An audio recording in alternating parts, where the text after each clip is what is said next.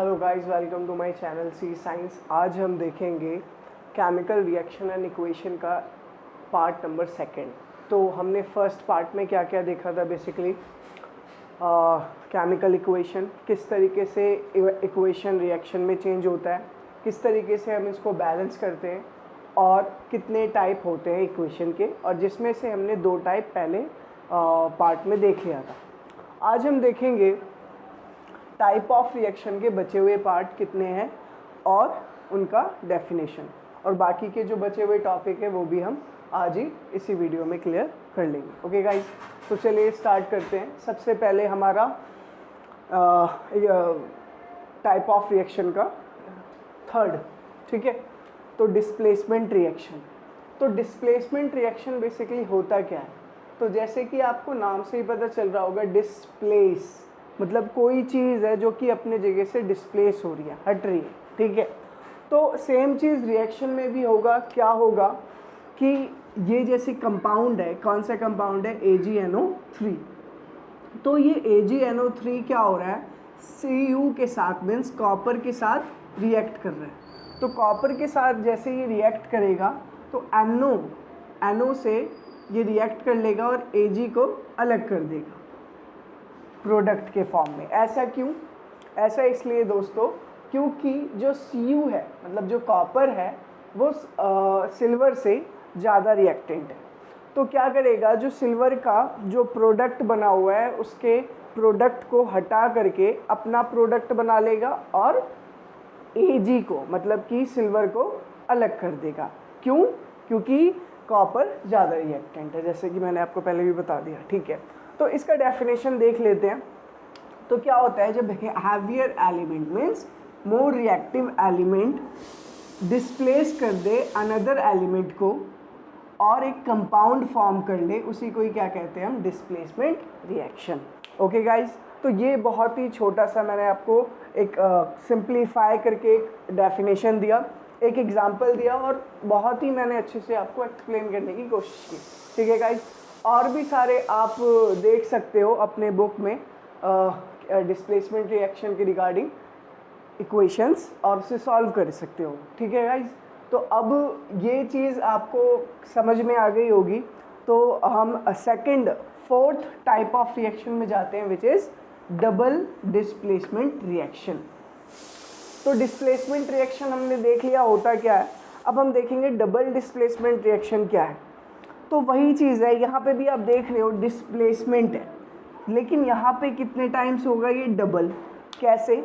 यहाँ पे क्या हुआ था कि एक सिंगल एलिमेंट एक कंपाउंड को तोड़ करके और उसके जगह खुद रिएक्ट कर जा रहा है और एक नया कंपाउंड फॉर्म कर लेगा।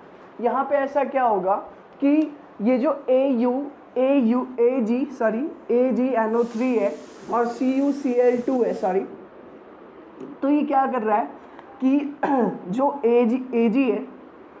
Ag जो है वो किससे रिएक्ट कर रहा है, Cl2 से, एंड जो NO है वो किससे रिएक्ट कर रहा है, Cu से, ठीक है। मतलब क्या हो रहा है, ये आपस में एलिमेंट इंटरचेंज हो जा रहे हैं, जैसे कि आप देख सकते हो CuNO3 एंड AgCl2। तो आपस में रिएक्टेंट्स जब एलिमेंट इंटरचेंज हो जाए तो उसी को ही क्या कहेंगे हम, double displacement reaction. Okay guys, तो अब देख लेते हैं। देखिए, when two compound react each other and then their element interchange to form a product, it's called displacement reaction. Okay guys, तो इसका हमने एग्जांपल देख लिया और डेफिनेशन देख ली। अब क्या होता है कि एग्ज़ाम में रिएक्शन दे देता है, रिएक्शन एग्जामिनर ने दे दिया और आपसे पूछा जाता है कि ये बताइए कौन सा टाइप ऑफ रिएक्शन है। तो जब भी आप किसी भी चीज़ को करो तो आप उसके डेफिनेशन के साथ ज़रूर याद रखो। क्यों? क्योंकि क्या होता है कि एग्जामिनर जो होता है वो आपको घुमाने की कोशिश करता है, ठीक है, आपको कंफ्यूज करने की पूरी कोशिश करता है, लेकिन आप अगर उसके एक बेसिक कॉन्सेप्ट को जान लोगे तो आप उससे कभी भी गुमराह नहीं होंगे, ठीक है गाइज। तो अब हम देखते हैं आगे। तो ये चीज़ आपको समझ में आ गई होगी आई थिंक। देन तो अब देखते हैं oxidation and reaction, last type of reaction which is fifth, number, ठीक है। तो ऑक्सीडेशन का मतलब होता है क्या है बेसिकली, ऑक्सीडेशन का मतलब होता है कि addition of the oxygen. Okay guys, क्या होता है, एडिशन ऑफ द ऑक्सीजन, मतलब ऑक्सीजन का जुड़ जाना किसी भी रिएक्शन में। तो आप यहाँ पे अगर रिएक्शन देख पा रहे होंगे तो देखिए CO which is carbon monoxide and this is hydrogen, this is water and this is as simple as carbon.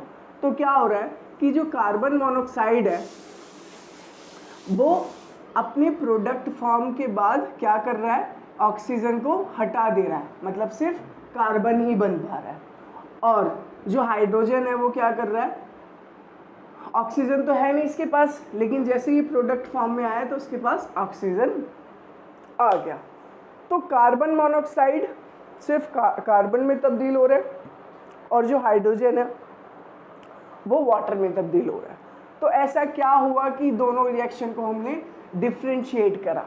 देखिए गाइस, ऑक्सीडेशन का मतलब होता है कि ऑक्सीजन का ऐड कर देना, और रिडक्शन का मतलब क्या होता है, ऑक्सीजन को रिमूव कर देना। ये बहुत ही सिंपल डेफिनेशन है अगर आपको इक्वेशन को सॉल्व करना है तो, ठीक है। ये चीज़ आप बेसिक टर्म याद कर लीजिए और आप कोई सा भी इक्वेशन बहुत ही इजीली से सॉल्व कर लोगे, सॉरी। तो यहाँ पे कार्बन मोनोऑक्साइड किस में चेंज हो गया, सिर्फ कार्बन में। तो हुआ क्या, रिमूव हो गया कौन, ऑक्सीजन, ऑक्सीजन हट गया ना यहाँ से। अब हाइड्रोजन के साथ क्या हुआ कि ऑक्सीजन ऐड हो गया, तो मतलब ऐड हो गया तो ऑक्सीडेशन हो गया। तो सिंपल है, बहुत ही आसान है कि जब ऑक्सीजन कभी भी किसी रिएक्शन में रिमूव हो जाता है तो उसको हम कहते हैं रिडक्शन, और जब ऐड हो जाता है तो उसको हम कहते हैं ऑक्सीडेशन। ओके गाइज, समझ में आ गया होगा आई थिंक। अब हम आगे चलते हैं, लास्ट के दो टॉपिक बचे हैं इसमें से जो कि इम्पॉर्टेंट है, ठीक है। किस तरीके से ये रिएक्ट करते हैं और रिएक्ट करने के बाद क्या प्रोडक्ट बनता है। ठीक है गाइस, आप देखिए कोरोजन। तो कोरोजन के अंदर होता क्या है, कोरोजन बेसिकली है क्या। आपने देखा होगा हमेशा से ही या कभी भी कि कोई भी आपके दीवार में, वॉल में कोई नेल है, कील है, और वो कील काफ़ी समय तक के, काफ़ी समय से है बेसिकली। तो आपने देखा होगा कि उसमें एक ब्राउनिश कलर सी एक लेयर सी चढ़ जाती है, मतलब कि ब्राउन कलर का दिखने लगता है, सिंपल में कहूँ तो मैं। तो वो क्या होता है, जब वो एयर के कंडीशन में, एक एयर के एटमॉस्फेयर के क्या उसमें आता है सराउंडिंग में, तो क्या होता है कि वो उसके जो एटमॉस्फेयर में जो नमी है, जो वाटर है, उस मॉलिक्यूल को क्या करेगा, ये अटैच कर लेगा और उससे रिएक्ट कर लेगा। रिएक्ट करने के बाद होता है क्या है कि एक लेयर चढ़ जाती है मेटल के अंदर, और कैसी हो जाती है, ब्राउन कलर की। तो ये तो सिर्फ आयरन के केस में होता है, आप अलग अलग केस में देख सकते हो। जैसे कॉपर में कैसा चलता है, ग्रीन। जब आप देखोगे, जब उसे ज़्यादा दिन तक के आप किसी कॉपर को यूज़ करते हो तो आप देखोगे उसमें ग्रीन कलर का एक लेयर सी चढ़ जाती है, तो वो क्या होता है, एक तरीके से कोरोजन। तो कोरोजन किस में, कॉपर में, ग्रीन फॉर्म में। और आप बात करोगे सिल्वर, तो सिल्वर में क्या होता है कि उसमें ब्लैक कलर की लेयर चढ़ जाती है। तो बेसिकली वही होता है कोरोजन, कि किसी भी मेटल में एक परत चढ़ जाती है एज डिफाइन एज उसके रिएक्टिविटी पे, जैसा भी वो रिएक्ट करता है, ठीक है। तो उसी तरीके से, एक तरीके से ये इसको हम क्या कहते हैं, कोरोजन। ओके गाइज, अब कोरोजन क्या होता है कि आपने देखा होगा सॉरी, कि कभी आप पानी में या हवा में या फिर अपने दीवार में, या फिर आपने देखा होगा कि बारिश के मौसम में बेसिकली होता है क्या है कि जंग कीलों में या किसी आयरन में बहुत ही तेज़ी से लगता है। तो वही प्रोसीजर है यहाँ पे, हम देखते हैं किस तरीके से। ये मान लीजिए हमारा एक नेल है, कील है, ठीक है। अब इसको मैंने किस में रखा है, सिर्फ एयर के सराउंडिंग में, और सेकंड वाले को किस में रखा है मैंने, वाटर के सराउंडिंग में, और थर्ड वाले को किस में रखा है मैंने, वाटर एंड ऑक्सीजन दोनों के सराउंडिंग में रखा है। तो सबसे ज़्यादा गाइस आप मुझे बता सकते हो कि किस में कोरोजन लगेगा, जंग किस में सबसे ज़्यादा लगेगा, ठीक है।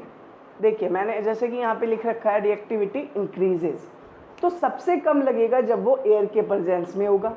उससे थोड़ा सा ज़्यादा रहेगा जब वो वाटर के, सिर्फ वाटर के प्रेजेंस में रहेगा, और सबसे ज़्यादा जब वो वाटर और एयर दोनों के प्रेजेंस में रहेगा। तो सबसे ज़्यादा उसमें क्या लगेगा, कोरोजन। ठीक है गाइज, तो आपको मेरे ख्याल से कोरोजन भी कॉन्सेप्ट क्लियर हो गया होगा। अब देख लेते हैं कि कोरोजन को हम प्रिवेंशन कैसे कर सकते हैं, कैसे हम इसका बचाव कर सकते हैं। तो हम पॉलिश कर सकते हैं किसी भी मेटल को, ठीक है, और अगर हम जिंक से उसको पॉलिश कर रहे हैं, मेटल को जिंक से हम किसी भी एलिमेंट को पॉलिश कर रहे हैं, तो उसको हम क्या कहते हैं, गैल्वेनेशन। ओके गाइस, कभी कभी एग्जाम में पूछ लेता है 2 मार्क्स में कि डिफाइन गैल्वेनेशन एंड एग्जाम्पल।